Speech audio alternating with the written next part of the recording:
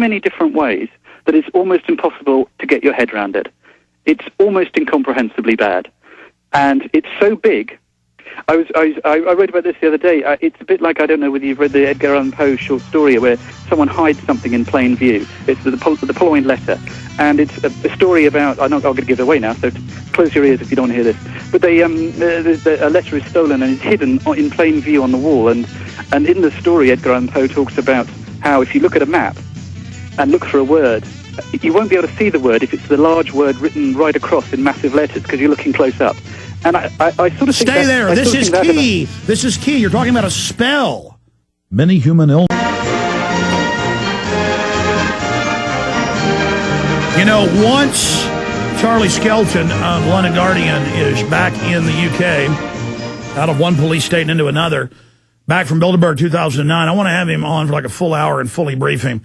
And I really want to thank you, sir, for your courage and what you've done. And I don't want to say your transformation, but you've certainly now been baptized in the tyranny and know how real it is. And that's what I encourage listeners to do. Go out, as you said, become citizen activist media. You will run into tyranny and corruption everywhere. Government is so corrupt that if you follow almost any judge that you see that's doing evil things, you'll catch him with hookers and buying drugs. And I mean, I've never found a politician that wasn't corrupt, that, you know, that was doing bad things, that I couldn't follow or watch, who wouldn't instantly do bad. Because bad people don't just do one bad thing. They just are all over the map. And if we start following them, videotaping them, going to city council meetings, hanging out in parking lots, following city council members as citizen media, I mean, it's unbelievable. You'll just immediately see evil.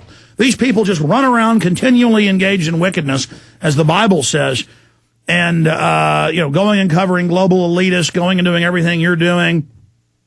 I just want to commend you. And if the citizens start covering what government's doing and ferreting things out and looking at legislation, there's no way they can get away with this if we all just do a little bit. So, yeah, you're there walking around in Greece with secret police following you everywhere as the sun is now set. And I appreciate you coming on with this. Closing comments, sir, from you, Charlie Skelton, reporter for the London Guardian there at Bilderberg 2009. Oh, and you were finishing up your hidden in plain view analogy.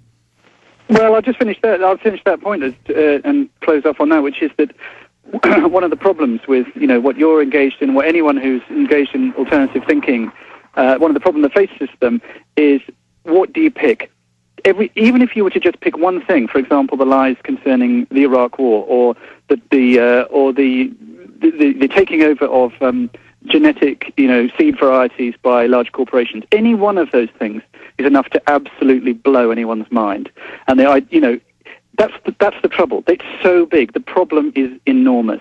And I'm talking to myself here. I don't know what to do, but I guess one thing you can do is just simply pick something. You know, pick something and go, you know what, do you know what I'm going to do for the next 5 years? I'm going to be a bit interested in protecting seed varieties, or a bit interested in monitoring European legislation, or a bit interested in picking up politicians' lies about Iraq, or defense, or gaps in defense spending. One thing. I'm going to make it my thing. I don't know. Maybe that's an answer. I don't know what the answer is. There's lots of possible answers, but the question. Sir, you are saying exactly what I've instinctively said for over a decade, for 14 years now, is that absolutely be generalist. Everybody be involved in different things, different ideas.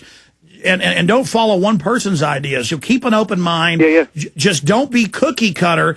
And then you'll suddenly notice, I live in England, I just tried to buy old seed varieties, and I'm being put on a list. Everywhere you go, then you'll run into tyranny, and you'll go, my God, this was 1,000 times worse than I actually even knew, and then it opens up. And what you said is key. The globalists make profits off of controlling every facet of society. And so it's also their market. They use a free market system of crony capitalism. It's not true capitalism or free market, to control everything.